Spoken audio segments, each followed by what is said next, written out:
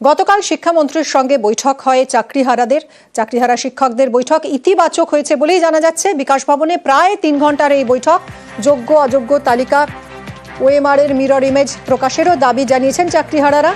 2 সপ্তাহের মধ্যে নিষ্পত্তির আশ্বাস দিয়েছেন শিক্ষামন্ত্রী ব্রাত্য বসু। শিক্ষামন্ত্রী জানিয়েছেন আগামী সপ্তাহেই সুপ্রিম কোর্টে রিভিউ পিটিশন দাখিল। আমরা বলেছিলাম যোগ্য অযোগ্য লিস্ট সার্টিফাই করে পাবলিশ করতে হবে। শিক্ষামন্ত্রীর উপস্থিতিতে এসএসসি চেয়ারম্যান জানিয়েছেন যে যোগ্য আর অযোগ্যের লিস্ট ওনারা অলরেডি তৈরি করতে শুরু করে দিয়েছেন। আইনি পরামর্শ নিয়ে সোমবার নাগাদ উনি সেটা পাবলিশ করবেন, মোস্ট প্রবাবলি 21 তারিখ। 22 লক্ষ ওএমআর যেটা বলা আছে, টোটাল পরীক্ষার্থী যারা ছিল তাদের ওএমআর পাবলিশের কথাও আমরা বলেছি। তো ওনারাও সেটাও বলেছেন যে সেটা তো আছে, আইনি পরামর্শ নেবেন। যদি ওনারা পজিটিভ বার্তা দেন যে কোনো অসুবিধা নেই, তাহলে অবশ্যই সেটাও পাবলিশ করা হবে। মিরর ইমেজ যেটা আমরা বলেছিলাম, সেটা ওনারা এটাই জানালেন যে মিরর ইমেজ তো নেই, কারণ মিরর ইমেজ যদি থাকতো তাহলে সিবিআই নিশ্চয়ই খুঁজে পেত। যেটা আছে এখন সেটা according to CBI, submitted by CBI, সেই মিরর ইমেজটা আছে। যদি সেটা হয় তাহলে সেটাও ওনারা দেবেন।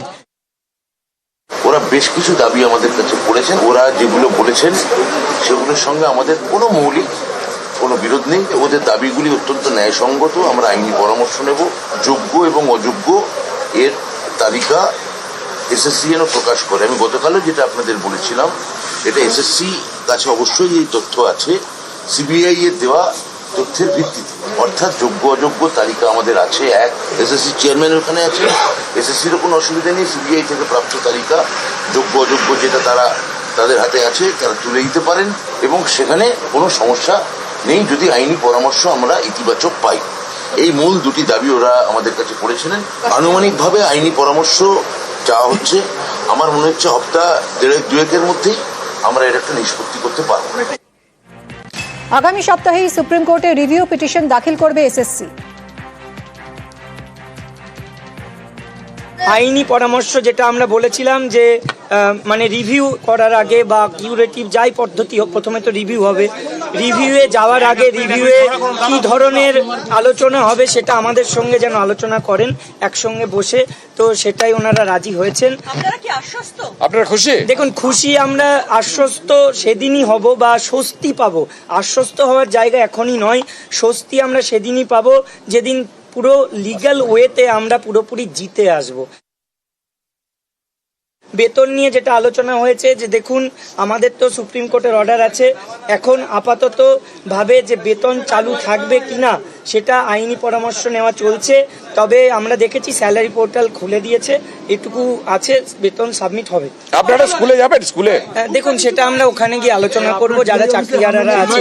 যে খবরের দিকে নজর রাখবো, জমি জটে আটকে স্থল বন্দর।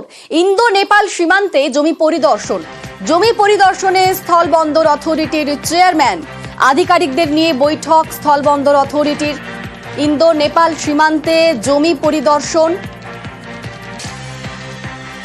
কি বলছেন ট্রাক ড্রাইভাররা, শোনাবো।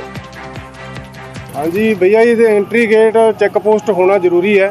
अरे किसी बॉर्डर पे है, सुविधा है वहाँ पे, इधर पे है नहीं कुछ, ना पार्किंग का है, ना कोई लैट्रिन बाथरूम ड्राइवर के लिए कुछ नहीं है, गाड़ी वालों के लिए। रोड पे गाड़ी खड़ी होती है, कोई सेफ्टी नहीं है, इधर चोरी बहुत होता है। यही मांग करते हैं, अभी इधर एंट्री गेट चेक पोस्ट होना चाहिए। यहाँ पे मान लो जब हम आते हैं तो रात को आते हैं, रात को भी चोरी भी हो जाता है, और यहाँ पे कोई नहाने का, लैट्रिन बाथरूम का कोई सुविधा नहीं है। इंटीग्रेटेड चेक पोस्ट होना चाहिए जी, बहुत जरूरी, कंपलसरी है ये, क्योंकि इंटरनेशनल बॉर्डर है ये। আমাদের সঙ্গে রয়েছেন প্রতিনিধি বিশ্বজিৎ মিশ্র। বিশ্বজিৎ, জমি পরিদর্শনের পর কি বললেন চেয়ারম্যান? চেয়ারম্যান এই বিষয়ে কোনো কিছু না বলতে চাইলেও পরবর্তীকালে কিন্তু যারা শুল্ক দপ্তরের আধিকারিক তারা বলেছেন যে তাদের কাছে যে সমস্ত রিপোর্ট রয়েছে এই ল্যান্ড পোর্ট করা নিয়ে তারা কিন্তু এই চেয়ারম্যানকে জানিয়েছে, এবং পাশাপাশি চেয়ারম্যান সমস্ত ধরনের আধিকারিক, যেমন ভূমি রাজস্ব দপ্তর থেকে শুরু করে এখানে সীমান্ত রক্ষা বাহিনী, এসএসবি এবং যারা শুল্ক দপ্তর তাদের সঙ্গে কথা বলেছে। এই যে কাজ তা কিন্তু শুরু করার জন্য যথেষ্টভাবে উদ্যোগ নিয়েছেন চেয়ারম্যান। কারণ এই ল্যান্ডপোর্ট না থাকার জন্য এখানকার যে বাণিজ্য তা কিন্তু অগ্রগতি হচ্ছে না, এবং ল্যান্ডপোর্ট তৈরি হলে এই বাণিজ্য কিন্তু অগ্রগতি হবে। 2017 সালের পর 2021 সালেও কিন্তু সাংসদ এখানে এসে ল্যান্ডপোর্টের কথা আশ্বাস দেন। প্রায় 38 একর জমি এখানে প্রায় সংরক্ষিত প্রথম অবস্থায় রাখা ছিল, কিন্তু জমি জটের জন্য এই কাজ আগায়নি। বা নতুন করে এই ল্যান্ডপোর্ট অথরিটির চেয়ারম্যান এই জায়গায় আসায় কিন্তু আশার আলো দেখছেন এখানকার ব্যবসায়ীরা এবং পাশাপাশি যারা বিভিন্ন রাজ্যের চালকরা। তবে দ্রুততার সঙ্গে এই কাজ হবে বলে আমরা জানতে পারছি। বেশ, ধন্যবাদ বিশ্বজিৎ। মেইনলি আমাদের ডিমান্ড হলো আইসিপি, ইন্টিগ্রেটেড কাস্টমস পোর্ট, যেখানে সব একটা ছাতার তলায় সব কিছু থাকবে, যাতে এই মানে ফরেন ট্রেডটাকে ফেসিলিটেট করা যায় খুব ভালোভাবে। এইটার জন্য আমাদের ল্যান্ড অ্যাকোয়ার করা আছে, সেই ল্যান্ডটাতে জমি জটে আটকে আছে। সেই ব্যাপারটাই আমরা বললাম যে যত তাড়াতাড়ি জমি জটটাকে কাটিয়ে এই পোর্টটা যদি ডেভেলপ করা যায়, তাহলে ইন্দো নেপালের যে বিজনেস, যেটা আর্থিকভাবে ভারত সরকার অনেক দূর এগিয়ে যাবে। শুরুতেই যে খবরের দিকে নজর রাখতে হচ্ছে, শিক্ষামন্ত্রী চাকরিহারাদের বৈঠক ইতিবাচক। গতকাল বিকাশ ভবনে প্রায় 3 ঘন্টার বৈঠক হয়। যোগ্য অযোগ্য তালিকা ওএমআর এর মিরর ইমেজ প্রকাশেরও দাবি চাকরিহারাদের। 2 সপ্তাহের মধ্যে নিষ্পত্তির আশ্বাস দিয়েছেন ব্রাত্য বসু। শিক্ষামন্ত্রী জানিয়েছেন আগামী সপ্তাহেই সুপ্রিম কোর্টে রিভিউ পিটিশন দাখিল।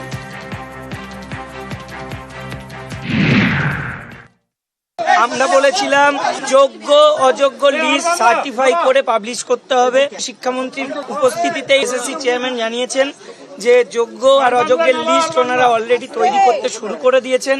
আইনি পরামর্শ নিয়ে সোমবার নাগাদ উনি সেটা পাবলিশ করবেন, মোস্ট প্রবাবলি 21 তারিখ। 22 লক্ষ ওএমআর যেটা বলা আছে, টোটাল পরীক্ষার্থী যারা ছিল তাদের ওএমআর পাবলিশের কথাও আমরা বলেছি। তো ওনারাও সেটাও বলেছেন যে সেটা তো আছে, আইনি পরামর্শ নেবেন। যদি ওনারা মানে পজিটিভ বার্তা দেন যে কোনো অসুবিধা নেই, তাহলে অবশ্যই সেটাও পাবলিশ করা হবে। মিরর ইমেজ যেটা আমরা বলেছিলাম, সেটা ওনারা এটাই জানালেন যে মিরর ইমেজ তো নেই।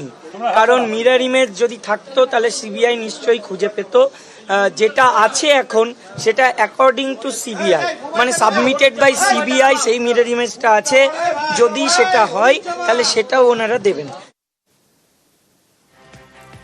আগামী সপ্তাহে সুপ্রিম কোর্টে রিভিউ পিটিশন দাখিল করবে এসএসসি। আইনি পরামর্শ যেটা আমরা বলেছিলাম যে মানে রিভিউ করার আগে বা কিউরেটিভ যাই পদ্ধতি হোক, প্রথমে তো রিভিউ হবে। রিভিউয়ে যাওয়ার আগে রিভিউয়ে কি ধরনের আলোচনা হবে সেটা আমাদের সঙ্গে যেন আলোচনা করেন একসঙ্গে বসে। তো সেটাই ওনারা রাজি হয়েছেন। আপনারা খুশি? দেখুন, খুশি আমরা, আশ্বস্ত সেদিনই হব বা স্বস্তি পাবো। আশ্বস্ত হওয়ার জায়গা এখনই নয়, স্বস্তি আমরা সেদিনই পাবো যেদিন পুরো লিগ্যাল ওয়েতে আমরা পুরোপুরি জিতে আসব। বেতন নিয়ে যেটা আলোচনা হয়েছে, যে দেখুন আমাদের তো সুপ্রিম কোর্টের অর্ডার আছে, এখন আপাতত ভাবে যে বেতন চালু থাকবে কিনা সেটা আইনি পরামর্শ নেওয়া চলছে। তবে আমরা দেখেছি স্যালারি পোর্টাল খুলে দিয়েছে, এটুকু আছে, বেতন সাবমিট হবে। আপনারা স্কুলে যাবেন? স্কুলে দেখুন সেটা আমরা ওখানে গিয়ে আলোচনা করব যারা চাকরিহারারা আছে।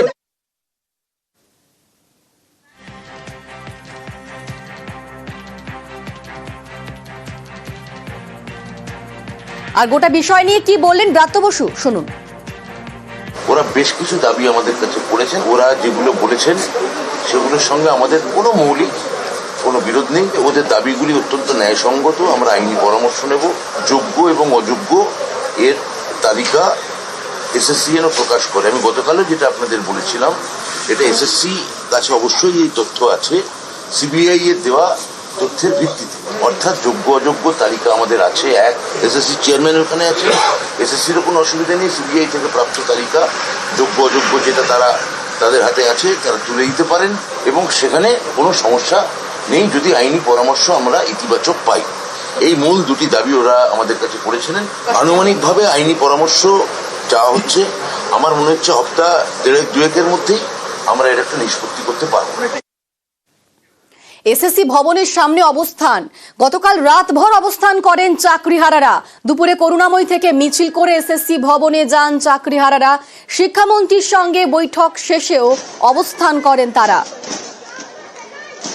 গতকাল দুপুরে করুণাময়ী থেকে মিছিল করে এসএসসি ভবনে চাকরিহারারা, আর তারপর শিক্ষামন্ত্রীর সঙ্গে বৈঠক হয়। বৈঠক শেষেও রাতভর অবস্থানে চাকরিহারারা।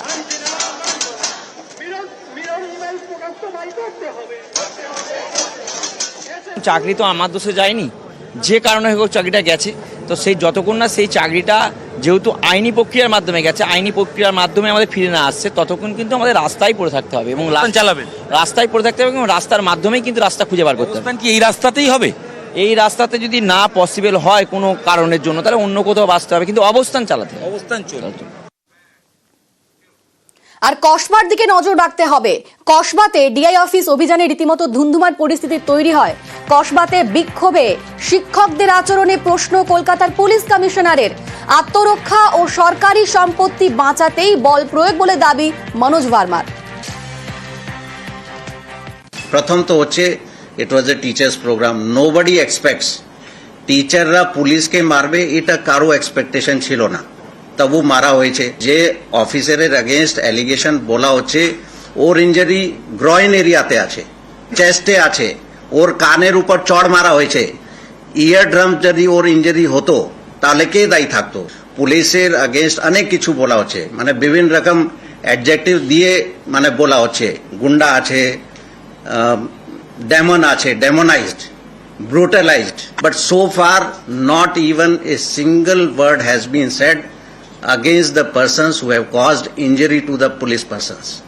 And because I am heading the police, this is not acceptable ki police ke keu injury korbe tarpore police kono action nebe na।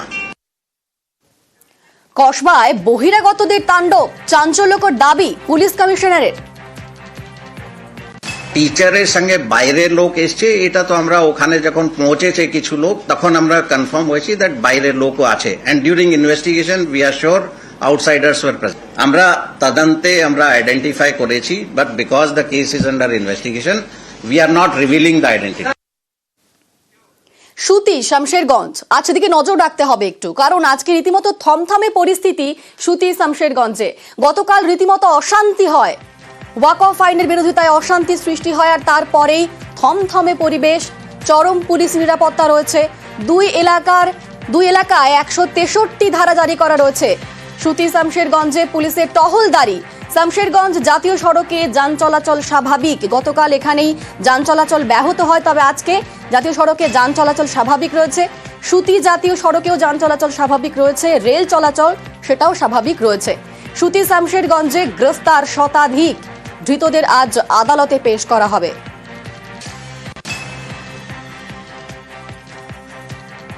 গতকাল সুতি শামশেরগঞ্জে রীতিমতো ধুন্ধুমার পরিস্থিতির সৃষ্টি হয়, আর তারপর আজ সেখানে রীতিমতো থমথমে পরিবেশ। তবে আজ পুলিশের টহলদারি, একেবারে নিরাপত্তার মুড়ে ফেলা হচ্ছে গোটা এলাকা। শামশেরগঞ্জ জাতীয় সড়কে যান চলাচল স্বাভাবিক রয়েছে, অপরদিকে রেল চলাচলও স্বাভাবিক রয়েছে।